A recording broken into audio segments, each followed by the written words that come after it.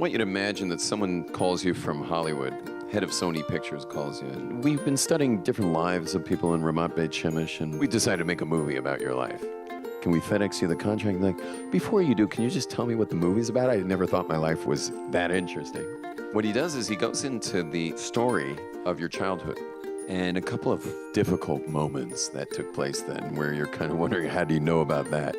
You know, whether it was not getting picked for the play or not getting picked for the team or whatever your story was, all of us have stories. So he tells you the story and you're like, yeah, then what? And you're like, no, this is the best part, is you grew up and now you're an adult and you're still playing out the same story in all your adult interactions with your spouse and with your kids and with all your neighbors and your friends. Like, this same drama just keeps coming up over and over and over again. You're like in this amazing rerun of your childhood. At which point you say on the phone, like, please don't send the contract. You know, and he's like, no, this is amazing. Everyone wants to watch this stuff. I mean, what is every movie made of? First, they make you fall in love with the character because they give you all the best angles with the cameras and they play the violins. And then something goes wrong. Why would you sit there for another 2 hours, says the producer to him. You know what's going to happen in this movie. They're going to play out the same story in all their interactions, all their relationships as an adult. Why are you going to sit there for that? And the answer is because you want to see a breakthrough. Everyone's going to watch it because they want to see you finally break through your story. Because everyone's living in their story. And everyone's doing reruns in their adult lives.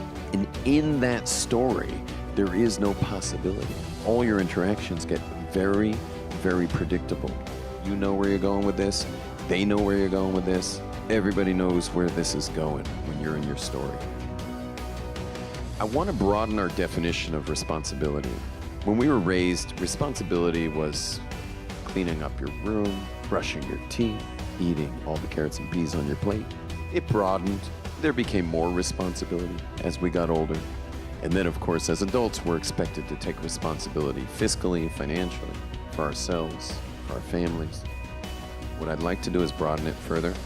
Responsibility for your stories, to the point where you can actually step out of the loop, look at yourself in your story, and suddenly take responsibility for it. This is a new record in responsibility taking, but wow, what a difference life is. Can we always do that? No, but we can do it most of the time.